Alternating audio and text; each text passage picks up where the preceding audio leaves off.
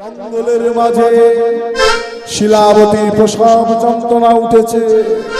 ভগবান, আর সহ্য করতে পারছি না যন্ত্রণা। সবাই বলে উঠল, ওরে ওর প্রসব যন্ত্রণা উঠেছে, ওর জন্য আমাদের রথ দর্শনে বিঘ্ন হবে, চল ওকে ছেড়ে চলে যাই। সবাই চলে গেল। মাতার শিলাবতী জঙ্গলের মাঝে শুয়ে পড়ে ছটফট করতে লাগলো। ভগবান, ভগবান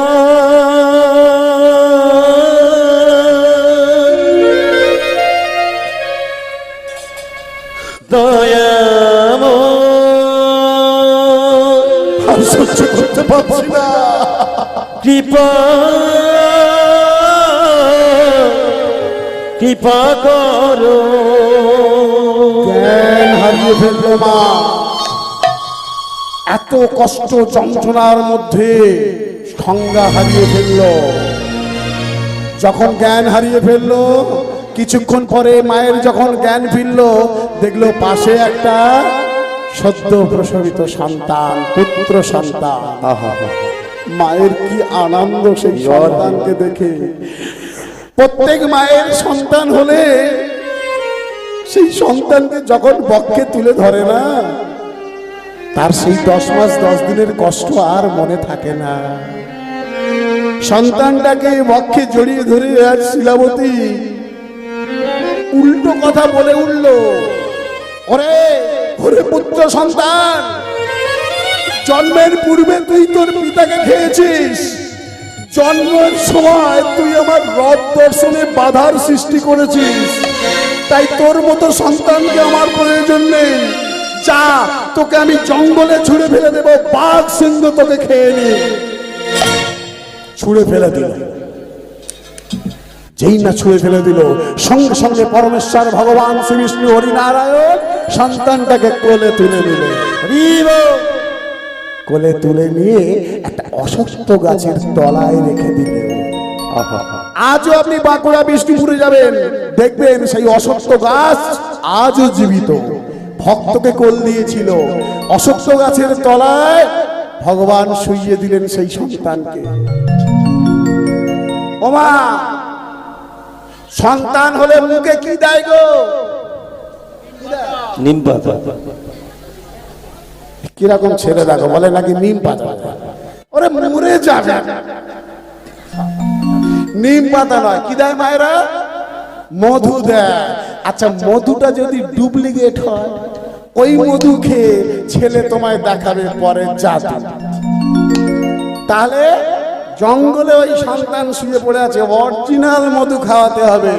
পরমেশ্বর ভগবান কি করলেন? ওই যে অশ্বত্থ গাছের তলায় শুয়ে আছে, অশ্বত্থ গাছে ওই বৃক্ষে ওগো মধু চক্র,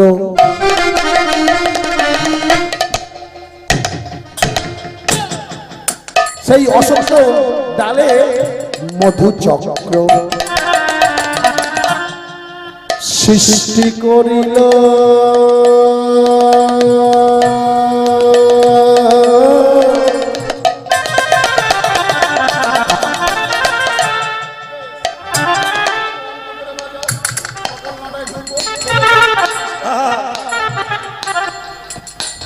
মধু চক্র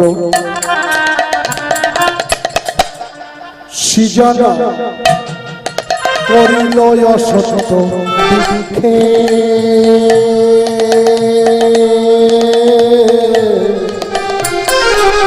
ফোটা ফোটা ফোটা ফোটা মধু এসে শিশু মুখেতে পড়িল। ওগো ফোটা ফোটা ফোটা ফোটা মধু এসে শিশুর মুখে পড়িল। দেখুন, অশ্বত্থ গাছের তলায় শুয়ে আছে, ওই অশ্বত্থ বৃক্ষে একটা মধুর চাক মৌমাছি দ্বারা মৌচাকের সৃষ্টি করলেন, আর ফোটা ফোটা করে মধু এসে শিশুর বদনে পড়ছে। যেই না শিশুটা মধু পান করলো, সঙ্গে সঙ্গে কেঁদে উঠল। যেই কাঁদলো, বনের মধ্যে হিংস্র প্রাণী থাকে, বাঘ ভাল্লুক, সঙ্গে সঙ্গে একটা বাঘিনী সেই শব্দ শুনতে পেয়ে ছুটতে ছুটতে আসছে। কেন? সেই বাঘিনীর কয়েকদিন আগে সন্তান হয়েছে বেশ কয়েকটি, তার পেটে খিদে খুব, মানুষের কান্নার আওয়াজ পেয়ে ছুটতে ছুটতে আসছে ওই বাচ্চাটাকে খাবে বলে। পরমেশ্বর ভগবান চিন্তা করলেন, আরে আমার লীলা প্রকাশ করবে আমার ভক্ত, এত তাড়াতাড়ি তো শেষ করে দেয়া যায় না। নমে ভক্ত প্রণশক্তি, আমার ভক্তের মৃত্যু নাই, তাই ভক্তকে জীবিত রাখতে হবে। যেই না বাঘিনী ছুটতে ছুটতে আসছে, সঙ্গে সঙ্গে ভগবান তার চিৎ শক্তির প্রভাবে হিংস্র বাঘিনী থেকে হিংস্র মনোভাবটা কেড়ে নিয়ে মাতৃসুলভ স্বভাবটা প্রবেশ করিয়ে দিল।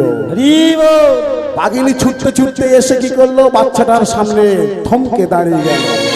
এবার বাঘিনী কি করছে, এদিকে ওদিকে তাকাচ্ছে, তাকিয়ে কি করছে, নিজ স্তন হতে বাঘিনী, বাচ্চাটা তো কাঁদছে। কেন কাঁদছে? খিদে পেয়েছে বলে, তাই না? তাহলে বাচ্চা হলে কি হবে, মায়েরা প্রথম স্তন দুগ্ধ পান করায়, জঙ্গলের মধ্যে দুগ্ধ কোথায় পাবে? বাঘিনী তো কয়েকদিন আগে বাচ্চা হয়েছে, তার তো দুগ্ধ আছে। নিজ স্তন হতে বাঘিনী দুগ্ধ ঝরা,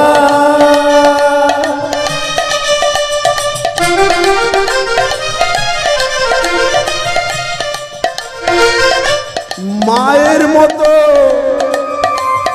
আদর করে শিশুরে খাওয়া, যতন হতে বাঘিনী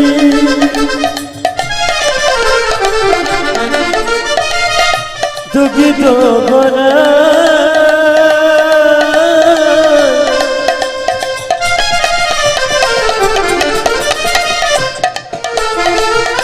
মায়ের মতো আদর করে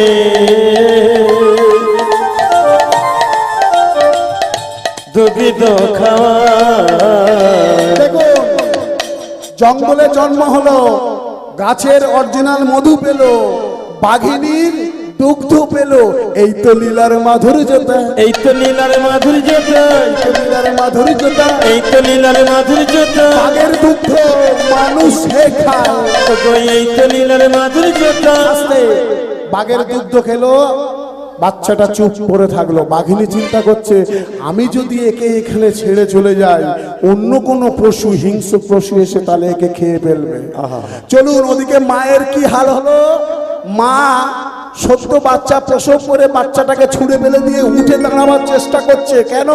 জগন্নাথ দর্শনে যাবে বলে, কিন্তু মা উঠতে পারছে না, বারবার মুখ থুবড়ে পড়ে যাচ্ছে। স্বয়ং পরমেশ্বর ভগবান ছোট্ট একটা বালকের রূপ ধরেছে, ধরে বলছে, মা কে? আমি ওই যে, আমার নাম গোপাল, আমি ওই পাড়ায় থাকি, তুমি রথ দেখতে যাবে তো? বললো হ্যাঁ। বললো মা আমি ওই যাচ্ছি, ওই পথেই যাচ্ছি, চলো তোমাকে নিয়ে যাব। দেখুন ভগবানের কি লীলা, ছোট্ট বালকের রূপ ধরে মায়ের হাতটা ধরেছে, ধরে বলছে, মা চলো।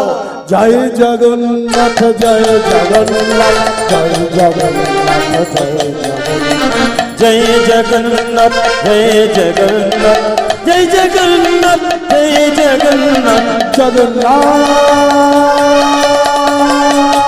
মম স্বামী।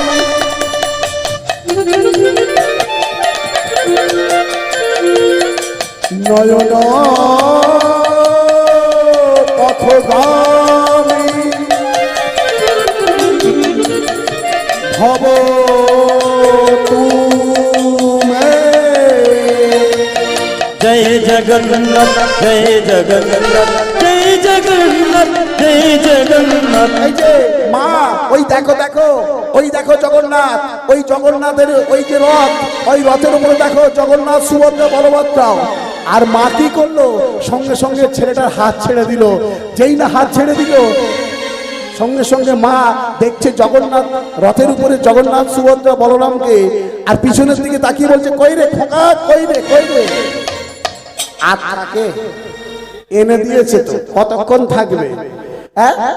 যে ছিল মায়ের হাত ধরে সেই তো গেল রথের পরে, যে ছিল মায়ের হাত ধরে সেই তো গেল রথের ধারে, যে ছিল মায়ের হাত ধরে সেই তো গেল রথের পরে। যেই ছিল মায়ের হাত ধরে সেই তো গেল রথের ধারে। এই যে কীর্তনীয়রা আপনাদেরকে এসে বারবার হাত তুলতে বলে, কেন বলবো তো? কেন বলে?